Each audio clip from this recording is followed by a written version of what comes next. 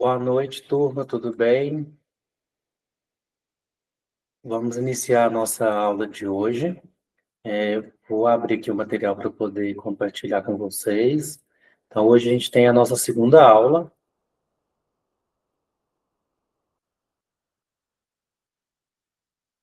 acho que foi, né? E eu vou colocar no modo apresentação. E aí vocês me avisam se está tudo certo, tá bom? Coloquei o primeiro slide, está aparecendo? Sim. Passei para o segundo slide. Passou? Ok. Então, é a nossa disciplina de Química Industrial. Eu sou o professor Carlos. Nós vamos falar na segunda aula de hoje. Na primeira aula, a gente viu a introdução sobre os processos industriais, a gente falou da estequiometria industrial, né, o quanto é importante isso, o balanço de massa, o balanço de energia, que é aqui a gente entender do processo, né, entrou algo, ele foi processado e saiu. Quanto que entrou, quanto que saiu, qual foi o rendimento disso, a gente precisa colocar algo a mais, algo a menos para que a coisa aconteça, e a gente viu, então, sobre essa transferência de massa ou material e também de energia. A gente falou de operações unitárias, né, que são aqueles conjuntos de ações de cada etapa do processo. A gente viu sobre o fluxograma, que é uma ferramenta bem importante, que a gente consegue enxergar todo o processo industrial. E a gente falou dos processos clássicos, e também a gente falou bastante de ecologia industrial, e dos processos com tecnologia limpa, que é a nova tendência no mercado, né? Trazer aquela pegada ambiental junto com as ações. Então, na aula de hoje, a gente vai falar sobre os trocadores de calor, e a gente vai falar das aplicações de trocador de calor, como também os tipos, e a gente continua falando sobre bombas e finaliza falando sobre as tubulações que são empregadas numa indústria. Então, o que seria aí um trocador de calor, né? O trocador de calor é um dispositivo usado para realizar processo de troca térmica entre dois fluidos em diferentes temperaturas. Então, a gente tem isso no nosso dia a dia, né? Quando a gente faz algum tipo de aquecimento na nossa casa e a gente aquece a água, por exemplo, que seja até mesmo no chuveiro, no fogão, a gente está fazendo uma troca térmica. E, e essa energia está sendo transferida, portanto, a gente tem o aquecimento. E na escala industrial, isso é muito importante, porque em determinadas operações, a gente tem a liberação de calor, a gente tem a absorção de calor, e a gente necessita de algum processamento que envolva calor. Então, para isso, a gente precisa de uma escala bem maior do que aquilo que a gente já está acostumado no nosso dia a dia, na nossa casa. Então, na indústria, né, o processo, apesar de ser o mesmo, ele tem as suas particularidades em virtude do tamanho que ele é feito, justamente para aguentar altas cargas de matéria que está passando ali naquele processamento industrial. Que seja algo sólido, que seja algo líquido, que seja algo gasoso, vai ser dependente do próprio característica do processo que eu estou usando. Então, eles desempenham papel em diversas áreas do conhecimento, de pesquisas científicas e aplicações tecnológicas, né? Então, a gente tem aí pessoas, cientistas envolvidos que estudam cada vez mais sobre melhoria dos trocadores de calores, para que a gente tenha processos mais eficientes, com menor gasto de energia, com grandes aplicações tecnológicas. Então, na indústria são utilizados tanto para aquecer ou resfriar fluidos para diversos usos. Como eu falei, vai depender da aplicabilidade, vai depender do tipo de indústria, vai depender do tamanho desse processo, como que vai ser esse trocador e como que vai ser a atuação dele. Então, nesse tipo de processos, né, nos processos industriais, né, os fluidos estão separados por uma parede, geralmente metálica, né? Então, aqui a gente já começa algumas particularidades, né? Porque por a gente ter um metal que ele é um bom condutor de energia, por que não aproveitar dessa característica para eu produzir um trocador de calor e ter um trocador eficiente? Então, por isso que geralmente utiliza-se metais. Então, nos equipamentos de troca térmica, o fluido quente é o que fornece o calor. Caso não ocorra mudança de fase, esse fluido resfriará, que é algo bem simples da gente entender, né? Que o fluido quente, obviamente, aí é aquele fluido onde está fornecendo calor. Tem aquela liberação de energia. Mas, se eu deixar ele ali parado, a tendência é que ele se resfrie, se não tiver algo em volta dele, porque tudo tende a um equilíbrio, né? Ao equilíbrio térmico. Então, se eu tenho um aquecimento, eu vou ter o equilíbrio destinado naquela temperatura em que estamos trabalhando.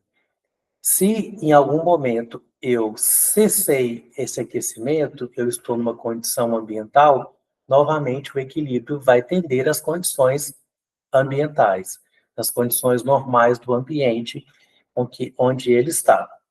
E o fluido frio é o que recebe o calor de forma que, não havendo mudança de fase, ele se resfriará.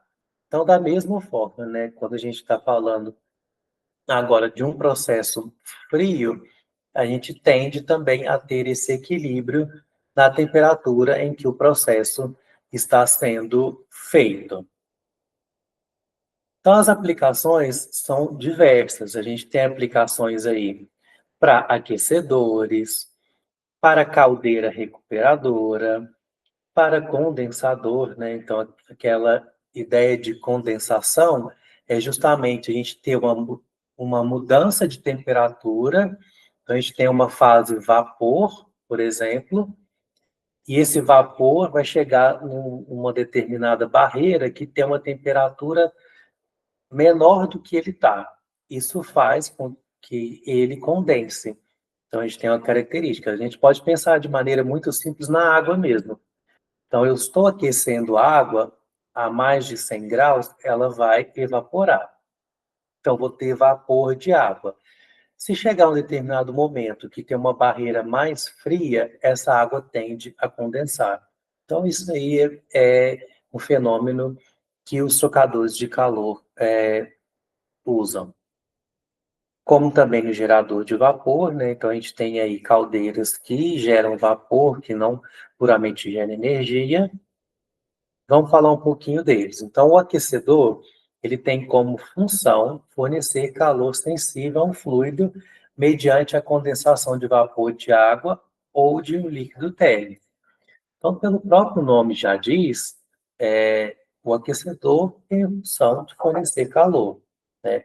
Então, a gente pode utilizar a água, né? Geralmente utiliza-se água pela abundância dela e pelas características físico-químicas da água mesmo, mas eu poderia utilizar um outro líquido. E o interessante também, vale ressaltar, a gente falar um pouquinho sobre a pureza de tudo isso, porque eu necessito de uma água pura para que eu tenha um processo mais eficiente, sem perdas, porque se eu tiver muito uma água suja, que tiver muitos minerais, em todo esse processo de aquecer e resfriar, eu posso gerar incrustações que, dependendo se tiver alguma uma passagem disso, ela pode ser interrompida e pode gerar um problema aí no sistema.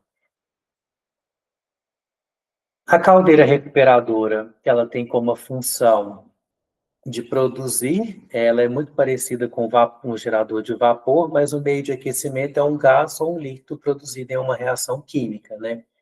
Então, ela é muito parecida, mas aí ela utiliza-se de outras propriedades, né? Nesse caso aqui, a gente está falando do aquecimento de um gás ou um líquido através de uma reação química, e uma reação química que libera calor, né? Que a gente sabe que todos os processos, ele pode ser endo ou exotérmico. O endotérmico é aquele que absorve o calor. O exotérmico, ele libera o calor. Então, neste caso aqui, a gente está falando de aquecimento, a gente vai explorar reações químicas onde tem a liberação de calor. Em contrapartida, o condensador tem a função principal, como o próprio nome já diz, condensar um vapor ou mistura de vapores. Então, a gente tem aquele vapor, como o exemplo que eu falei da água. Eu aqueci a água e aí depois eu vou condensá-la e ter ela de modo de algo mais puro. Isso é interessante a gente falar de pureza da água, porque, por exemplo, se eu tiver uma água e barro, quando eu aqueço ela a 100 graus, a água vai evaporar, o barro não. Então, quando eu condensar ela e resgatar ela numa outra parte desse processamento, eu vou ter uma água pura, uma água mais pura, porque aquela impureza do barro, ela não foi levada. Então, a gente tem essas artimanhas também que podem ser utilizadas em um condensador. Sem contar que a gente pode trabalhar com diferentes vapores, com diferentes temperaturas. Então, eu tenho diferentes substâncias em que eu aqueço em determinada temperatura, que é uma característica físico-química de uma propriedade daquela substância. Então, assim, se eu tenho a mistura de dois líquidos e eu faço um aquecimento que atinge o ponto de ebulição de um deles e o outro não, eu vou evaporar só um deles. E aí eu consigo ter essa separação também. Da mesma forma que eu falei da água e do barro, eu consigo fazer com líquidos miscíveis, só explorando essa característica deles mesmo de ponto de ebulição diferente.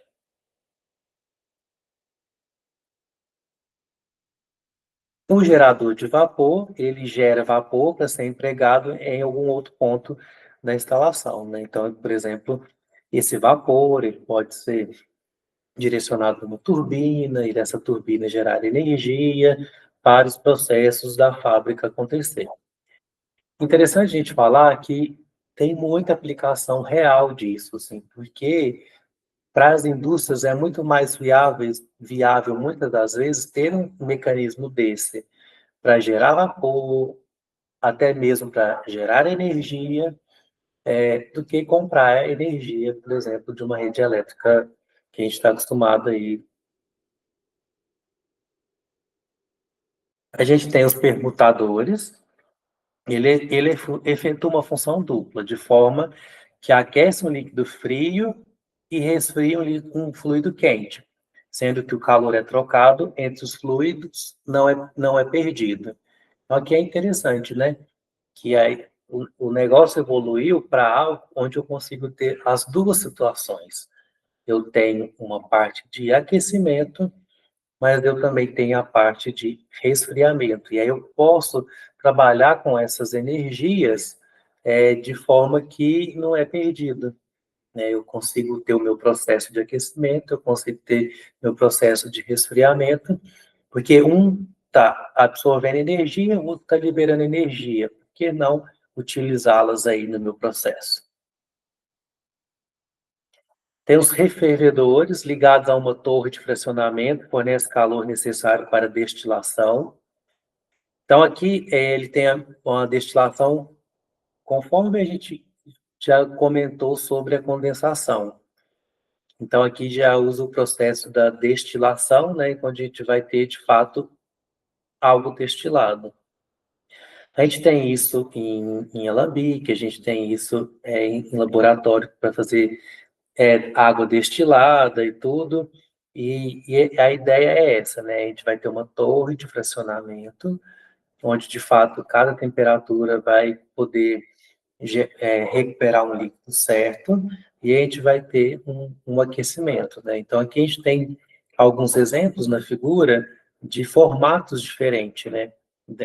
Dessa torre, de como que esse líquido pode ser transferido ou não, como ele pode passar ou não, até que eu tenha os meus condensados, né? Então, aqui a gente tem um condensado, condensado e um condensado de acordo com eles, com o sistema que ele foi construído.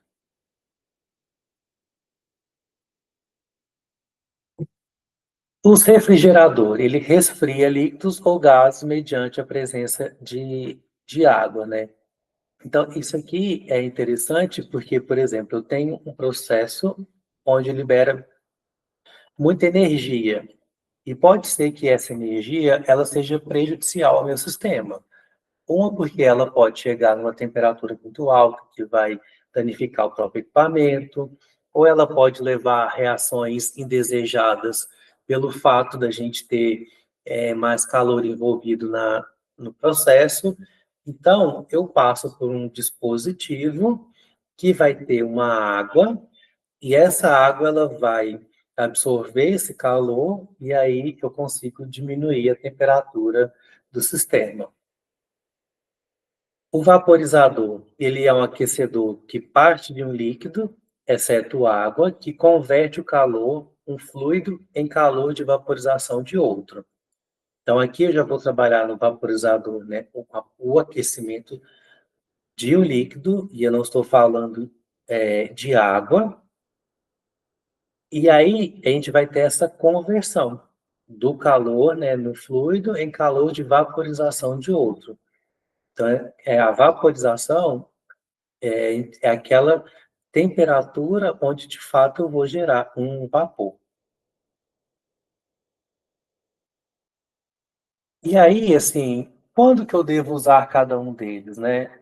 Aquela clássica resposta que a gente vem comentando desde a primeira aula, vai depender de tudo. Então, a seleção para aplicação, para eu entender, né, o que eu vou usar, requer uma análise térmica.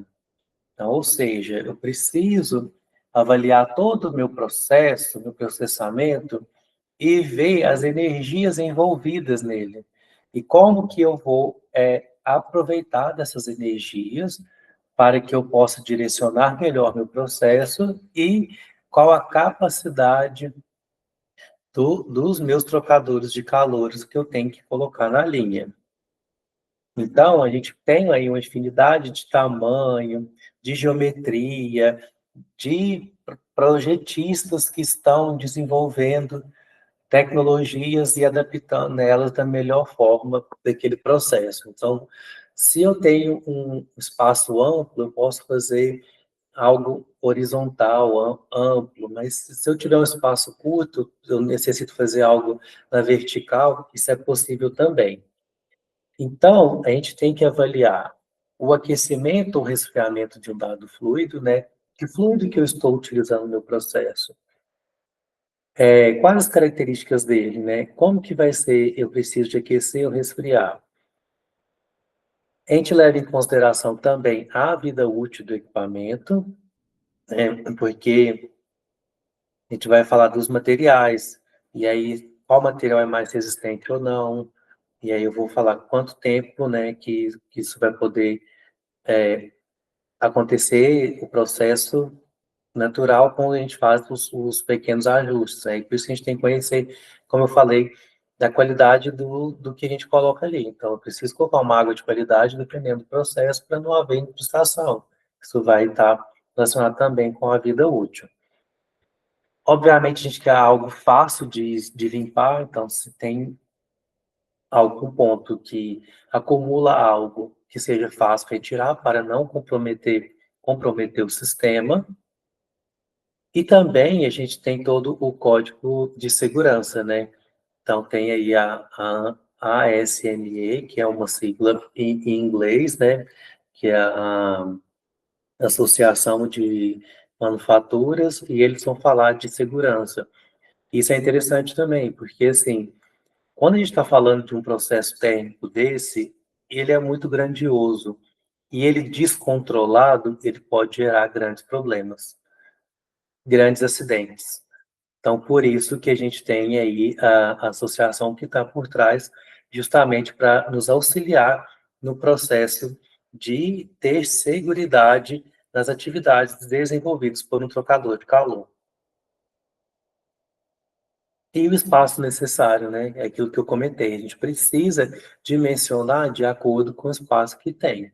Então, tem que ser levado em consideração isso pela capacidade do meu processo, pela o meu balanço de massa, e aí entra o meu balanço de energia, para poder dimensionar da melhor forma possível. Então, nessa figura aqui, a gente tem as características relevantes para a operação, né? Então, eu vou classificar ele, ver qual que é a utilização, qual que é as formas que eu vou construir eles, pode ser de casco e tubo ou os especiais. E a gente vai falar ainda desse tipo de trocador aí, que é o casco e tubo. Então, nesse gráfico aqui, a gente tem a distribuição de temperatura de um trocador de calor, né? Então, a gente tem aqui as temperaturas 1 e 2, que com o T maiúsculo, e o T minúsculo, 1 e 2. Então, a diferença de temperatura entre os fluidos é o que induz a troca térmica, né? Ou seja, então, eu tenho um fluido mais quente, um fluido mais frio, e vai haver aí uma troca térmica entre eles. Na lei natural, descritas pelas leis da termodinâmica, a energia sempre tende a ser transferida. Neste caso, o fluido mais quente para aquele mais frio. Por isso que a gente falou daquela, que eu comentei daquela questão do equilíbrio, né? Se a gente colocar algo que está mais quente em condições normais, a gente vai justamente transferir essa energia. É o que está mostrando aqui com a linha T1 maiúsculo para T2 minúsculo, né? Que a gente tem a energia maior sendo transferida para aquele mais frio. Então, graficamente, é possível entender como esse mecanismo funciona observando as linhas contínuas, que é exatamente essa que eu comentei, do T maiúsculo, T1 maiúsculo 1, T maiúsculo 2, correspondente à corrente do fluido quente, né? E a tracejada, que são essas do T minúsculo 1 com T minúsculo 2, corresponde ao fluido frio. E já a pontilhada fala da diferença entre elas, né? Então, aqui é só para a gente ter uma ideia exatamente disso, daquele fluido que está mais quente. Na condição de equilíbrio, ele, se tem algo mais frio perto dele, ele vai transferir essa energia, esse calor, e vai resfriar. E aí, então, quando um libera calor, né, o outro absorve. E aí você consegue verificar essa liberação e absorção de calor por esse gráfico. Então, nessa figura, é possível verificar que ocorrerá troca térmica, verificando o resultado final das temperaturas do fluido quente e frio, que aí já é a linha pontilhada, tendo em vista que os fluidos passam pelo equipamento em sentidos opostos, como mostram nas setas, né? Então, aqui, novamente, a gente tem a mesma figura, só representando as trocas térmicas dos fluidos, um absorvendo, o outro liberando, e a diferença entre elas. Outra característica é o sentido de entrada e saída dos fluidos. Apesar de aparecer irrelevante, essa característica determina como será o projeto e os cálculos de eficiência para esse trocador de calor. Então, isso o projetista vai levar em consideração, qual que é o sentido de entrada e saída, justamente para que a gente tenha a aproveitar a maior eficiência. Então, são os dois tipos de operação em paralelo, em que os fluidos entram na mesma extremidade do trocador de calor e percorrem no mesmo sentido, e em contracorrente, em que os fluidos entram na extremidade oposta, percorrendo no sentido contrário. Então, tem essas duas formas, né? A operação em paralelo, ou seja, o fluido entra na mesma extremidade do trocador de calor e vai no mesmo sentido. Na contracorrente, como o próprio nome já diz, o fluido entra nas extremidades opostas, percorrendo sentidos contrários. Então, nessa figura aqui, a gente tem A e B, que mostra exatamente o processo paralelo A e o B a contracorrente. Então, na figura A gente tem tudo no mesmo sentido, enquanto que na figura B a gente tem aí em sentidos opostos.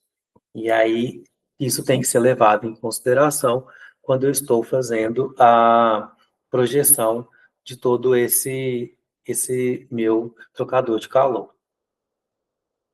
Então, quais são os tipos de trocador de calor? A gente tem algumas características básicas, que é o tubular, o de placa, o de materiais resistente à corrosão e os especiais. E a gente vai ver alguns deles. Então, aqui a gente tem os trocadores tubulares. Dentro dos tubulares, a gente tem os de duplo tubo, casco e tubo, que eu comentei no slide anterior, os resfriadores de ar e de tubo aquecido.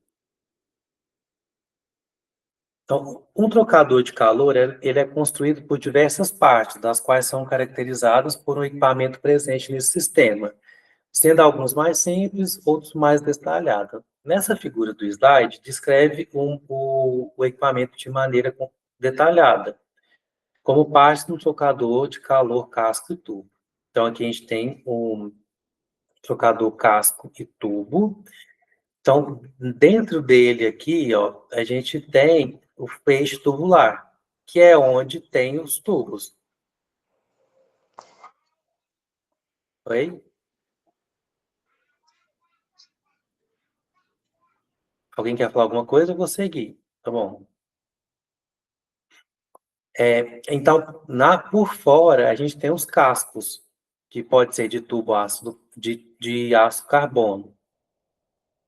Então, assim, por isso que é esse nome, casco e tubo. Por fora, eu tenho esse casco, que é um tubo de aço, e dentro eu tenho esses feixes tubular, que pode ser tubos de cobre. Então, a gente tem toda a parte de conexão, de junta, de espelho fixo, tampa, justamente onde vai passar os fluidos aqui dentro desse trocador de calor.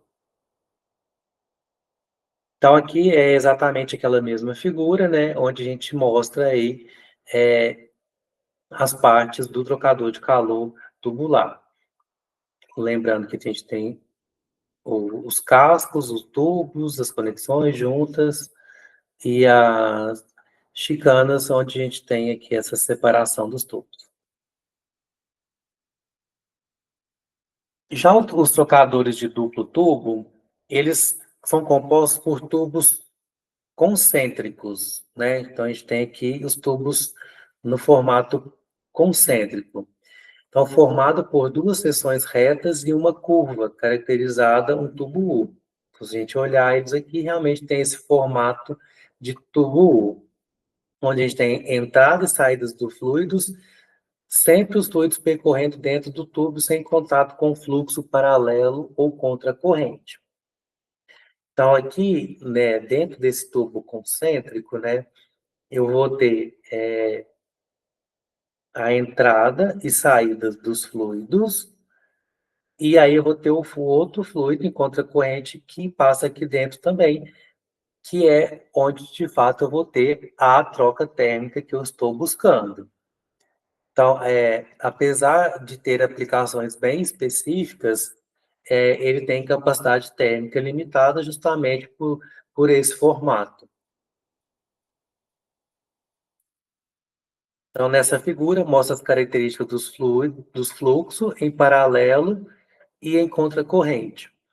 Então, a gente tem o fluido entrando e saindo, né, na parte de cima aqui, na parte de baixo, e em paralelo, a gente tem o fluxo do fluido.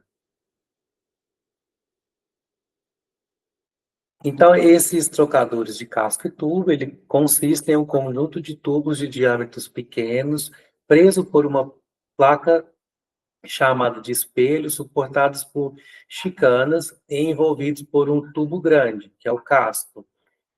conforme essa figura aqui, a gente consegue ver também aquilo que a gente já viu. O casco pode ter um ou dois cabeçotes, dependendo do arranjo, e um dos fluidos passa pelo interior dos tubos e outro passa pelos cascos. Então, a gente vai ter, dentro desses tubos aqui, que nesse caso são tubos de cobre, a gente vai ter a passagem de um fluido. E por fora deles também vai ter a passagem do outro fluido, que vai ser envolvido por esse casco. E aí, então, é o momento que ocorre as trocas térmicas, né? Por isso, a gente tem um trocador de calor, que a gente tem esses dois fluidos, onde um vai passar calor para o outro. Nesse tipo de trocador, a localização dos fluidos no trocador pelo casco ou pelo tubo é definida pelas condições do processo e pela facilidade de manutenção. Então, novamente, a gente bate na mesma tecla, né? Vai depender muito das aplicações do processo para a gente desenhar qual que é a melhor forma dessa passagem, de qual fluido vai passar por onde. Então, dentre essas condições, é possível citar algumas características que devem ser consideradas. Então, por exemplo, corrosão. O fluido de maior corrosão deve estar no tubo, proporcionando a minimização de custo com ligas metálicas mais caras. Então, assim, estou idealizando meu trocador de calor. Eu tenho aí um fluido que tende a ter maior corrosão. Então, ele deve estar no tubo, porque eu vou pôr um tubo, né, com uma liga mais cara para eu poder minimizar isso.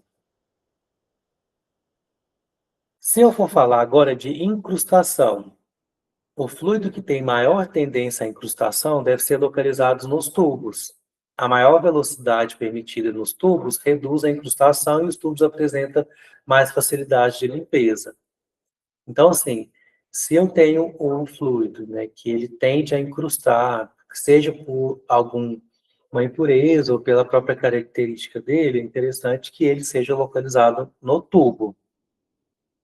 Justamente porque aí a gente vai ter, né, uma condição, um espaço menor, a gente vai conseguir trabalhar com velocidade maior, isso faz com que a gente vai diminuir a incrustação.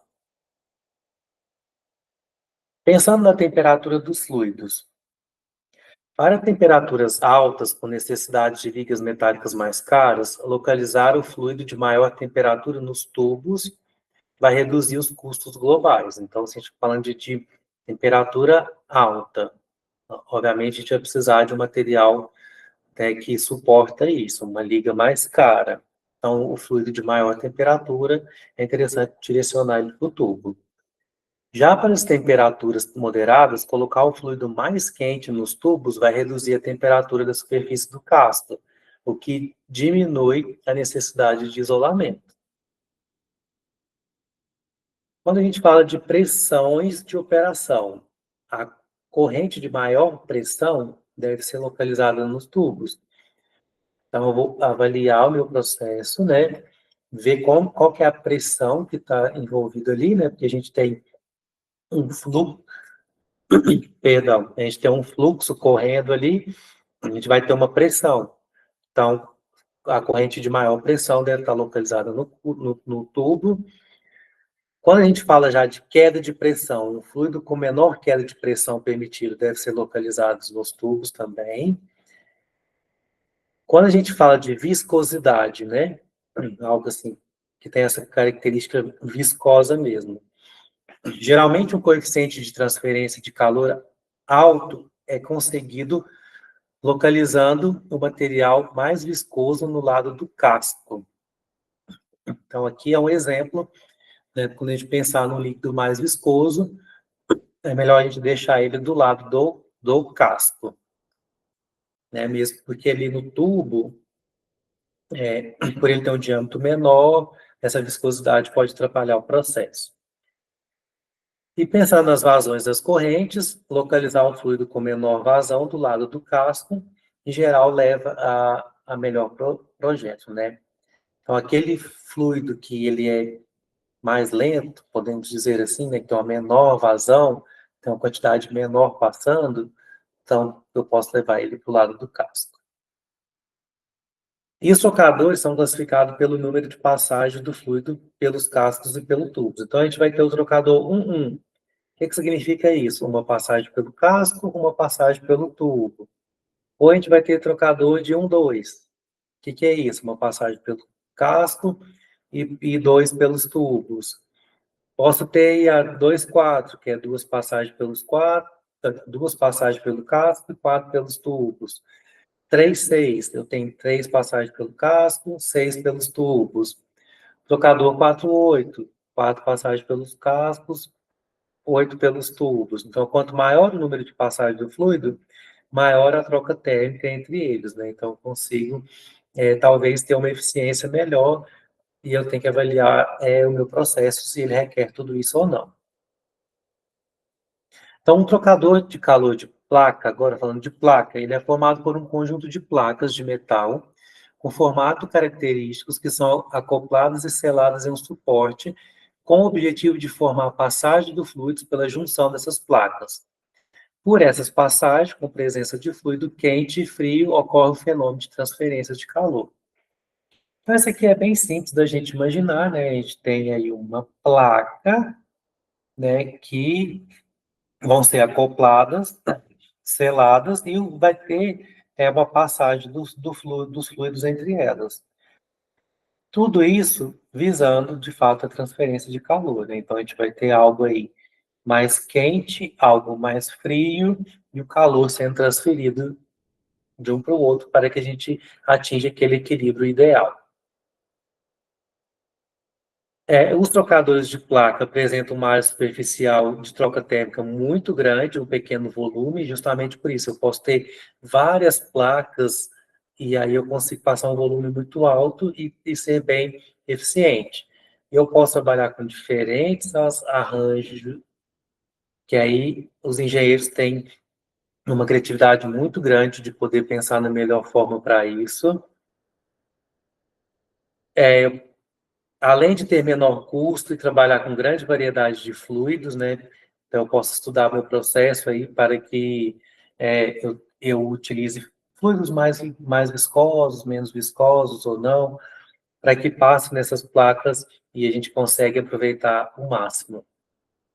Só que eles têm limites em relação à pressão dos fluidos, né? Justamente porque ele tem essas vedações, pode ter falhas e vazamentos. Então, eles não são tão robustos e, dependendo se for algo com muita pressão, a tendência é essa pressão tentar escapar e aí vai acabar tendo problema de ranhura, fissuras, principalmente aí nessa parte das vedações, aí eu vou ter vazamento e o que compromete todo o meu processo, né? Então, apesar deles terem uma área superficial muito grande, a gente consegue trabalhar com pequeno volume e ter grande eficiência, uma grande quantidade de fluido passando, a gente tem que ter essas limitações também em relação às pressões. Mas eles têm, então, quais são as vantagens desses trocadores de placa? Facilidade de acesso e contato à superfície de troca térmica, né? Justamente para ele passar aí, em várias superfícies, num curto intervalo, né, espaço, consegue ter essa troca. Geralmente é fácil de limpeza. Devido a essas características, eles acabam reduzindo incrustações, tem uma flexibilidade de uso enorme, grandes áreas de trocas térmicas, né, em pequenos volumes, que é aquilo que a gente falou. A gente tem várias placas num pequeno volume, então a gente tem uma área muito grande em que meu fluido está passando para que tenha essa troca. Resposta rápida ao processo devido à pequena quantidade de fluido retido no equipamento, né? Então, como eu tenho grande área térmica, eu consigo passar um volume nesse processo e não vai ficar um residual ali. Então, a gente tem resposta rápida. Geralmente dispensa isolamento pela própria característica dele. Ele tem um baixo custo inicial de instalação, pode ser operado com mais de 2 fluidos, vai depender da geometria com que ele é feito, e a ausência de contaminação entre os fluidos, mesmo com falha de vedação, que é possível avaliar bem a geometria disso, para que não tenha essa contaminação quando eu trabalho com esses 2 fluidos. Então, a gente finalizou toda a parte de trocadores de calores, os tipos e as aplicações. Vamos falar agora um pouquinho das bombas industriais. Então, em grandes processos industriais, né, se eu tenho um fluxo contínuo de produção, ou até mesmo um fluxo de batelada de produção, certamente, em algum momento, eu vou precisar de uma bomba para, de fato, fazer a translocação daquilo que eu estou processando. Então, na indústria de produtos químicos e bens de consumo, em diversas áreas como irrigação, rede de abastecimento público, é cada vez maior o cuidado com o transporte de fluidos e com a energia requerida nessas operações. Portanto, a gente precisa de bombas, né? Então, o transporte de fluido, ele é feito de maneira geral através de condutores forçados.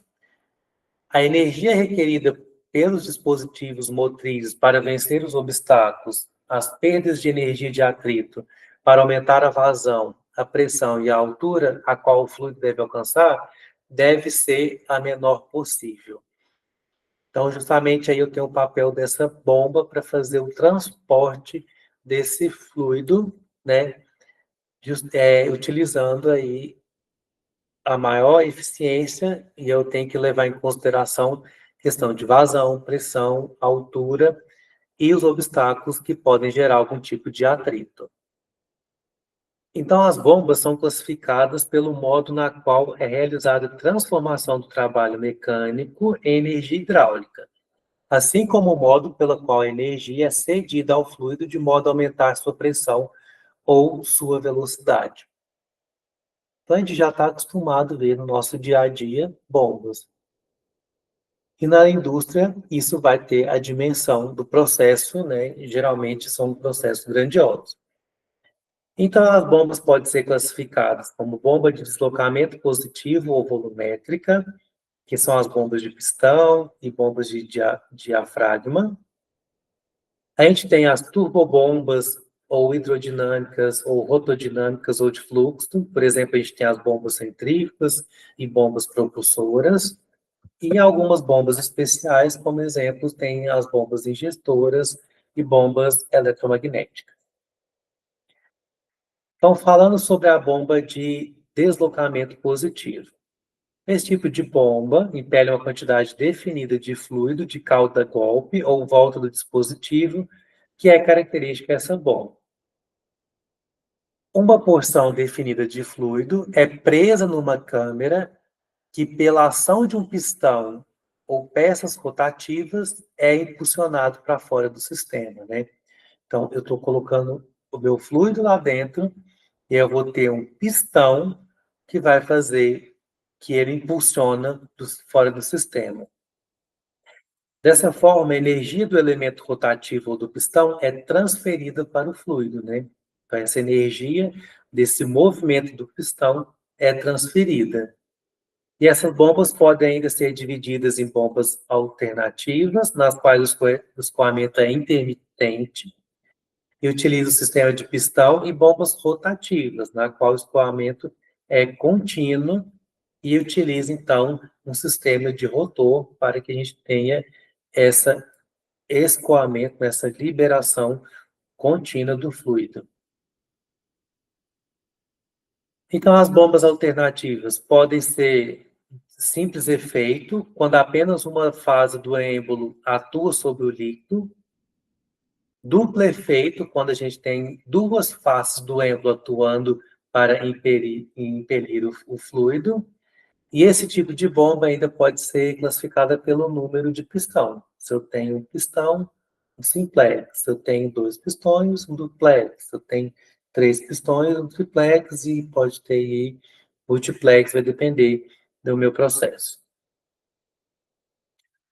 Já as bombas rotativas, né? Para esse tipo de bomba, o fluido retido do espaço entre as palhetas ou dentes do rotor, ele é deslocado de modo contínuo pelo movimento de rotação, desde a entrada até a saída, né? Então, tem um movimento de rotação para deslocar esse fluido. Então, essas bombas são utilizadas para líquidos de qualquer viscosidade, desde que não tenha aí sólidos abrasivos. As turbobombas. Esse tipo de bomba é caracterizado por possuir um rotor que comunica aceleração à massa líquida, transformando a energia mecânica em energia cinética. A aceleração não possui a mesma direção e sentido do movimento do líquido como as outras bombas de deslocamento positivo. Então, nessa turbobomba, eu tenho exatamente isso, né? É um movimento que vai justamente gerar energia cinética através da energia mecânica e utilizando sentidos opostos. E aí eu trouxe algo aqui bem interessante que pode acontecer dentro de uma bomba e que em muitos momentos ela não é bem vista por causa do funcionamento.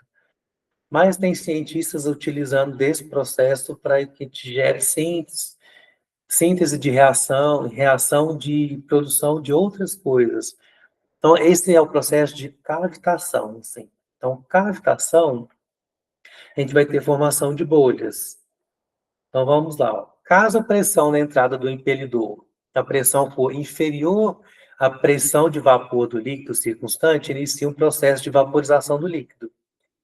Então, se eu tenho essa diferença das pressões, vai ter essa vaporização. Então, essa vaporização vai gerar uma grande bolha de vapor que pode aparecer na seção de entrada da bomba e interromper a circulação de fluido.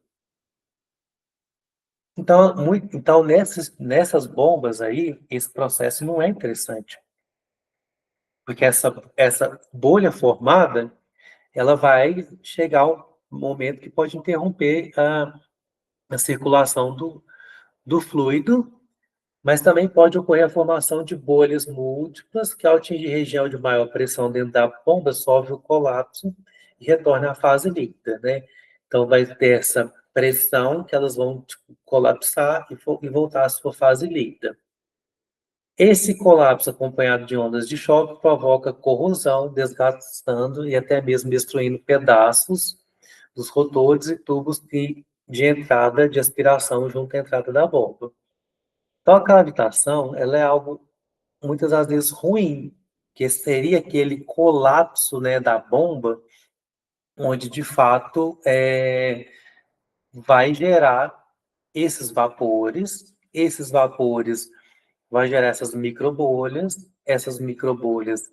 elas podem interromper a circulação e todo esse processo vai também degradar, de certa forma, o material devido às corrosões e aí vai diminuir a vida útil deles.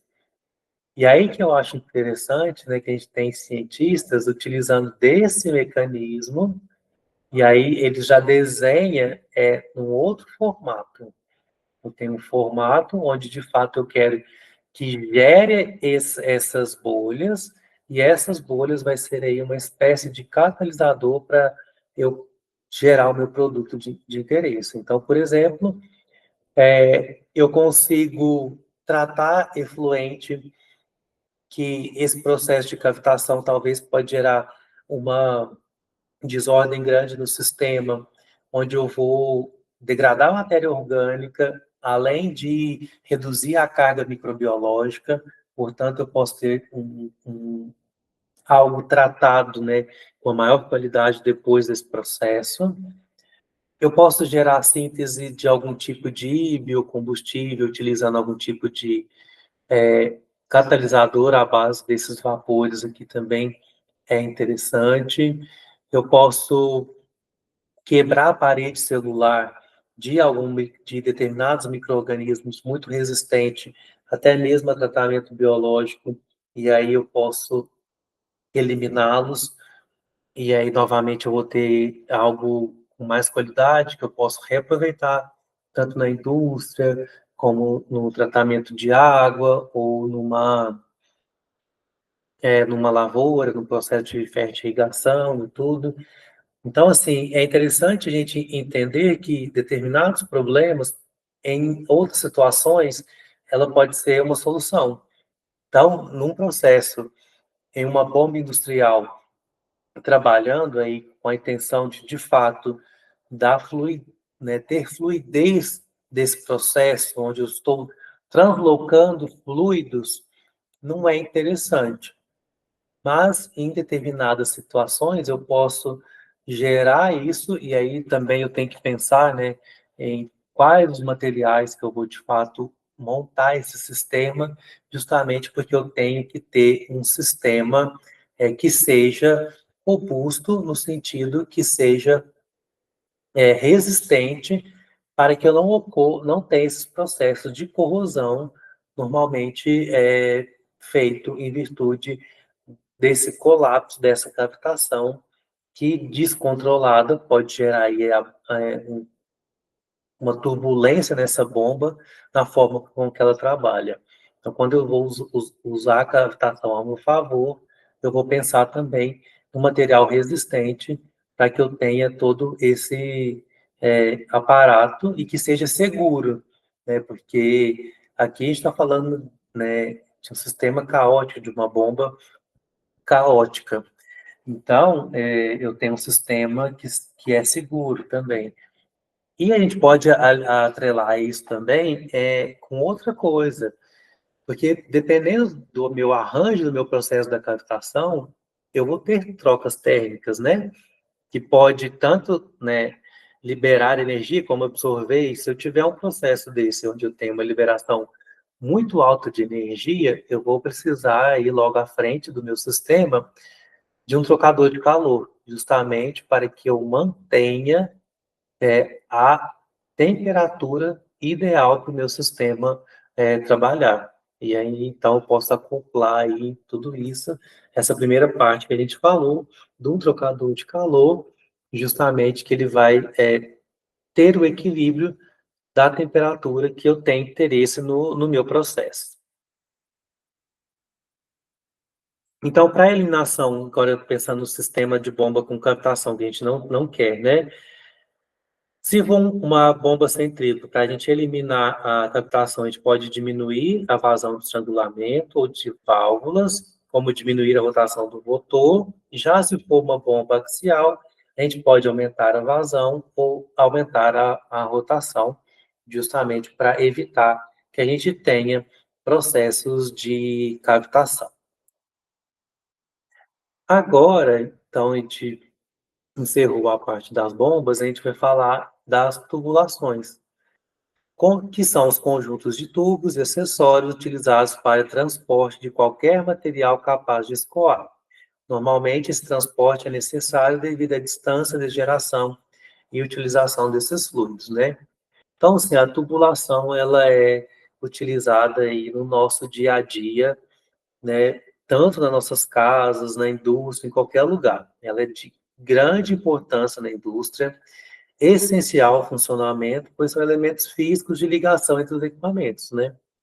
Então, se eu vou transportar algo de um lado para o outro, eu vou precisar de uma tubulação. Então, aqui a gente tem alguns exemplos, né, assim, de fotos de tubulação, que eu queria destacar, assim, que a gente tem vários tipos de materiais e a gente vai comentar sobre esses diferentes materiais, porque aí eu vou pensar no material de acordo com o meu processo, de modo a que eu tenha o meu transporte eficiente daquele fluido que eu estou passando na tubulação e eu tenho o menor custo, né?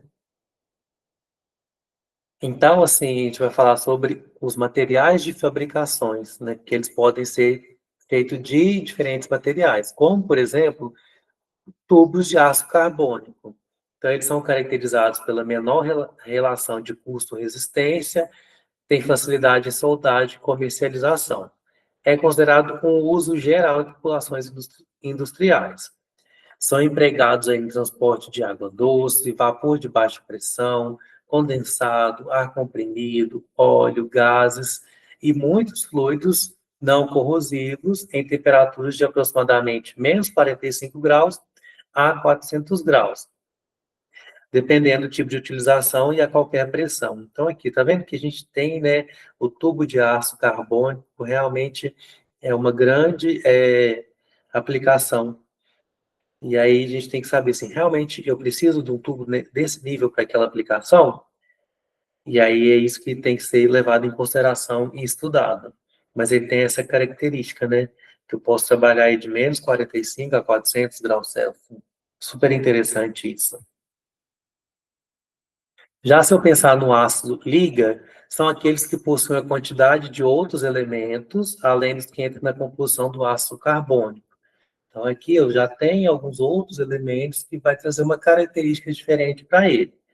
Geralmente são mais caros, quanto a maior a quantidade de elementos de liga, sendo a montagem e soldagem também são mais difíceis e dispendiosas, justamente assim, por esses elementos que vão compor ela. Então, os principais casos que justificam o emprego de ácido são altas e baixas temperaturas, que são além dos resistentes a ácido carbônico, alta corrosão e exigências de não contaminação e segurança. Então, a gente vai ter ácido liga, que vão ter molibdênio na sua composição, cromo molibdênio ou níquel. Então, os ácidos com molibdênio, a gente pode ter aí até 1% de molibdênio. E no cromo molibdênio, a gente pode ter até 9% de cromo, que vai dar características específicas para esse aço e para essas tubulações. Então, a adição de cromo, ela confere uma melhoria à resistência à corrosão e ao molibdênio, a resistência à fluência. Não são resistentes a temperaturas inferiores a 0 graus, e mesmo que mais lentamente que o ácido carbônico, também enferruja. Então, o cromo é justamente para melhorar essa resistência à corrosão e o molibdênio à fluência. Os ácidos com adição de níquel são específicos para temperaturas muito baixas, né? Então, como é que a gente está falando que quando eu adiciono cromo e molibdênio, eles não são indicados para temperatura inferior a 0 graus, quando eu coloco níquel, eu já consigo utilizá-los. Sendo a temperatura limite mais baixa, quanto maior a quantidade de níquel, né? Então, assim, quanto que ele aguenta vai depender da quantidade de níquel que ele tem. E eles são divididos em duas classes, os austeníticos e os ferríticos. Então, os austeníticos, desculpa, são caracterizados por não serem magnéticos. Eles contêm aí de 16 a 26 de cromo,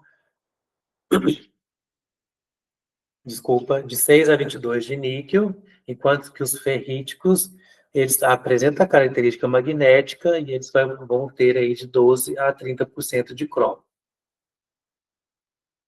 Os austeníticos, eles têm uma super resistência à fluência e oxidação, por isso que são utilizados em temperaturas elevadas, exceto para aqueles com baixo carbono, e apresentam comportamento dúctil, mesmo em temperaturas muito baixas, próximas do zero absoluto. Então, eles são utilizados para serviços corrosivos, oxidantes, produtos alimentares, farmacêuticos, entre outros que não têm exigências de não contaminação. Os ferríticos apresentam menor resistência à fluência e à corrosão, com limite de temperatura também, são materiais mais baratos e menos sujeitos à corrosão, são mais difíceis de soldar e não são adequados para baixas temperaturas. Aí a gente tem o ferro fundido e forjado. Ele é usado para água, gás, água salgada e esgoto, em serviço de baixa pressão e temperatura ambiente, onde não ocorre esforço mecânico.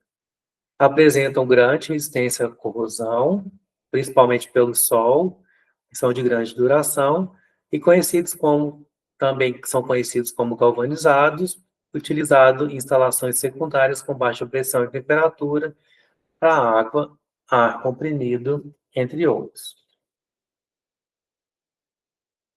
A gente tem também os metais não ferrosos, né? Então, comparado com o ácido carbônico, eles são mais resistentes à corrosão e baixas temperaturas. No entanto, são menos resistentes, têm menos resistência mecânica e altas temperaturas. Eles têm preços mais elevados e por isso são pouco utilizados e ainda para serviços muito corrosivos. Eles podem ser substituídos por materiais plásticos e são utilizados metais, assim, nessas ligas aí, para que se tenha a produção deles. A gente vai ter cobre, como também a gente pode ter alumínio e a gente pode ter níquel, né, formando ligas aí de metais não ferrosos, né? Então, esses são os elementos mais utilizados, né, os metais mais utilizados, cobre, alumínio e níquel, que é justamente essa composição que leva ele a ser mais resistente à corrosão e baixas temperaturas. E aí a gente chega, né, na parte dos materiais plásticos, que a gente tem um mundo aí de tipo de material plástico, e a gente pode falar do polietileno, do PVC, que a gente ouve muito falar na nossa casa, que é o cloreto de polivinil. A gente tem o ABS, que é o acrílico, butadieno e estireno, como a gente tem epóxi também. Os materiais plásticos, por sua vez, né, que vêm aí através de uma reação de polimerização, onde eu tenho os monômeros que se ligam por essa reação para formar essas cadeias longas, o que dá a característica de um polímero. Eles têm alta resistência à corrosão, eles são leves, né? A gente pega um plástico, a gente vê que ele é leve, tem pouco peso, ele tem um custo baixo, né? Então, muitas das vezes, a gente opta por utilizar o material plástico justamente pelo baixo custo. Eles têm baixa condutividade elétrica e térmica, não precisam ser pintados, e como desvantagem apresenta baixa resistência ao calor, mecânica e pouca estabilidade, tem sujeita a deformações e dilatações, né? Então, dependendo do material polimérico e do plástico, quando a gente tem um aquecimento, a gente tem aí, de fato, essa deformação, que ele tem pouca estabilidade e resistência ao calor. Então, ele deve ser utilizado em serviços de temperatura ambiente ou moderada, com baixo esforço mecânico e simultaneamente com a necessidade de grande resistência à corrosão, que justamente uma das melhores características dele é que ele não vai corroer por ele ser um material polimérico, certo? Então, dessa forma, eu encerro a aula de hoje, falando dos materiais. Então, a gente falou aí dos trocadores de calor, falou das bombas e das tubulações e os tipos de tubulações que a gente tem. Gostaria de saber se ficou alguma dúvida.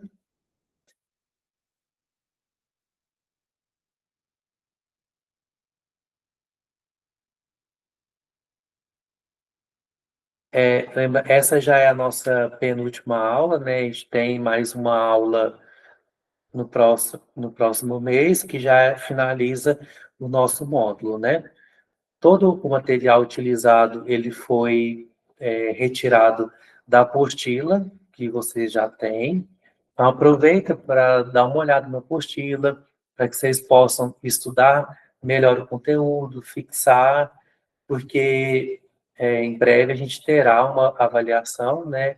E a avaliação vai ser em cima das aulas que a gente tem, juntamente com a apostila que foi disponibilizada para vocês. Então, eu agradeço a atenção de todos, espero que vocês possam estudar um pouquinho mais, ter aprendido alguma coisa, levar isso aí, e eu vou passar os slides para que eles sejam disponibilizados para vocês continuar com os estudos, tá bom? Agradeço a todos. Muito obrigado pela aula de hoje.